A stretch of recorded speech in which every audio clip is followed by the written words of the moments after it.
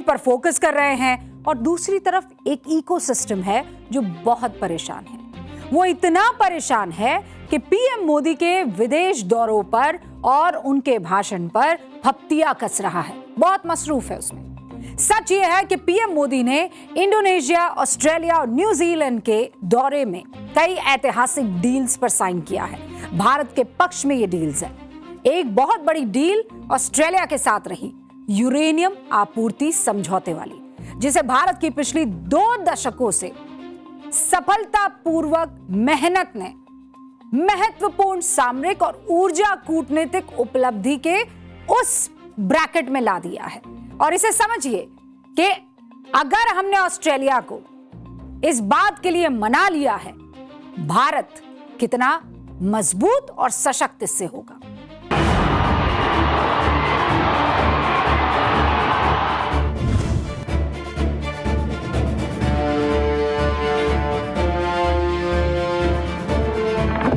एक तरफ गौरव है, राष्ट्र गर्व है, विकसित भारत के विजन पर प्रगाढ़ होते वैश्विक संबंध हैं, दूसरी तरफ पीड़ा से उपजा प्रहसन है, हार की खींच से नजर तंग है।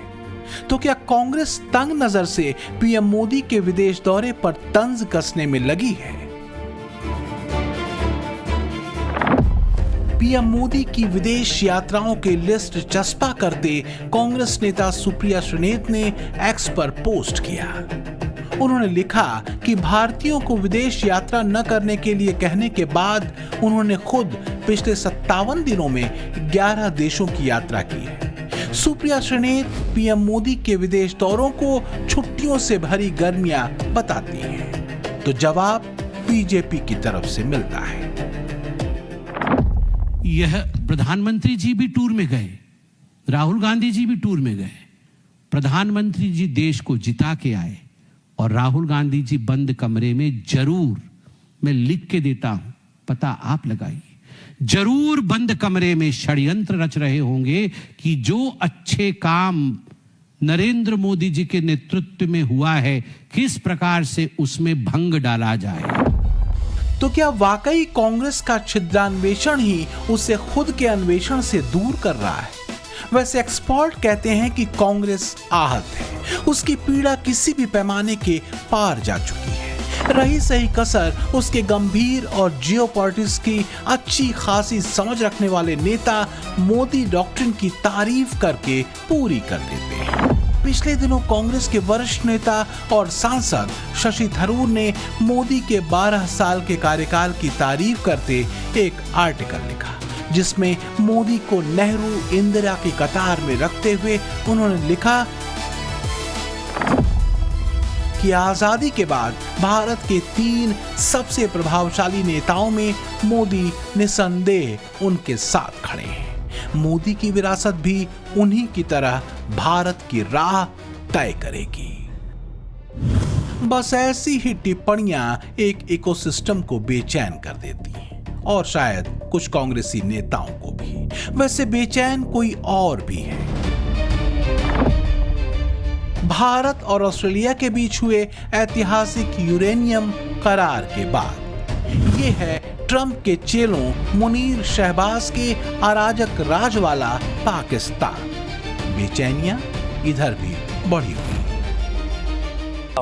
भारत अब तक यूरेनियम कजाकिस्तान, उज्बेकिस्तान और कनाडा से लेता था, लेकिन इस बार के पीएम मोदी के ऑस्ट्रेलिया दौरे के बाद ऑस्ट्रेलिया से भी यूरेनियम आपूर्ति को लेकर डील हो चुकी है। भारत और ऑस्ट्रेलिया ने गुरुवार को ऊर्जा सुरक्षा समझौते पर हस्ताक्षर किए।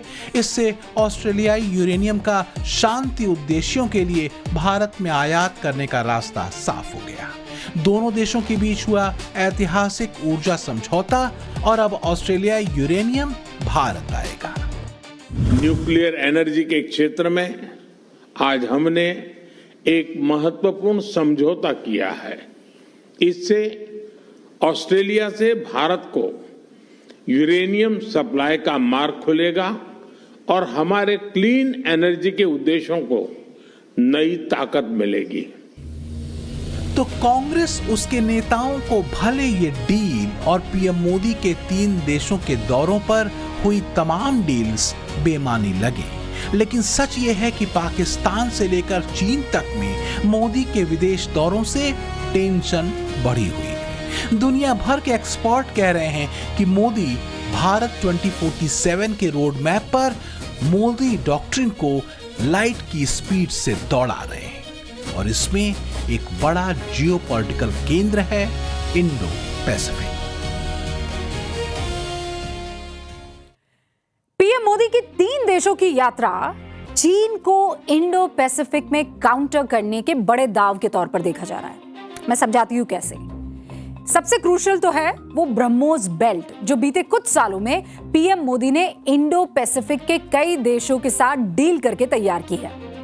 इंडोनेशिया ने भारत से ब्रह्मोस खरीदने का करार किया है। फिलीपींस ने 2022 में ब्रह्मोस खरीदने की डील भारत के साथ कर दी थी। मलेशिया भी इंटरेस्टेड दिख रहा है ब्रह्मोस में, हालांकि अभी कोई समझौता नहीं हुआ है। और ये सारे वो मुल्क हैं, वो देश हैं जिनका समुद्री विवाद चीन के साथ लंबे दौर से चल रहा है। और एक्सपर्ट्स ये मान रहे हैं कि पीएम मोदी एक तीर से बहुत सारे निशाने साध रहे हैं। उनमें से 2 बता देती हूं। एक तो इंडो पैसिफिक में भरोसेमंद दोस्त बन रहे हैं हम, और दूसरा चीन के विस्तारवाद वाले प्लान को काउंटर कर रहा है भारत।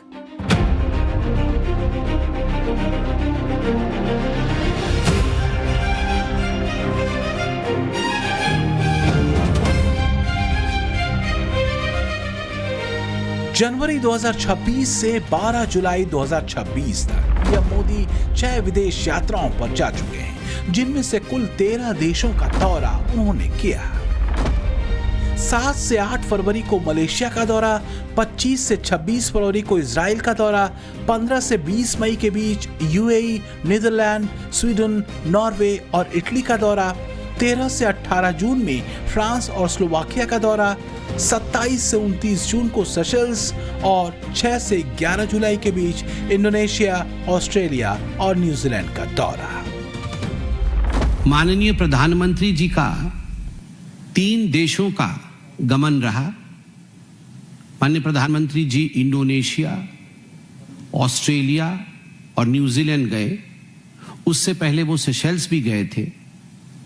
बीच में जापान की राष्ट्राध्यक्ष भी भारतवर्ष आई थी। कुल मिलाकर के इसका नतीजा क्या रहा, भारतवर्ष को क्या मिला, व्हाट डिड इंडिया गेट, और हमने इसका नाम रखा है 10 कदम 10 का दम। कूटनीतिक नजरिए से देखें तो पीएम मोदी का 3 देशों का ये दौरा इंडो पैसिफिक में एक दमदार दांव के तौर पर देखा जा रहा है, खासकर चीन को काउंटर करने के पॉइंट ऑफ व्यू से। आखिर 3 देशों के दौरे में 10 कदम 10 का दम है क्या, इसे समझिए जरा।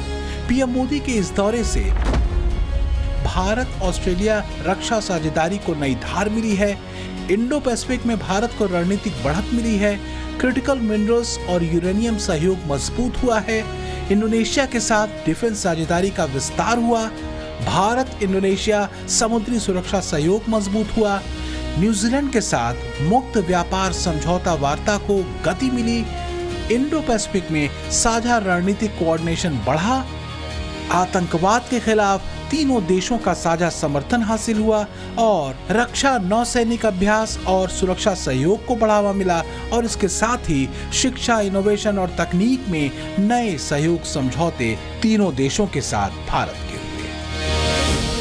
Prime Minister Modi, my friend, welcome to marvellous Melbourne. As a true friend of Australia and a very dear friend of mine, it is an honour to host you this evening.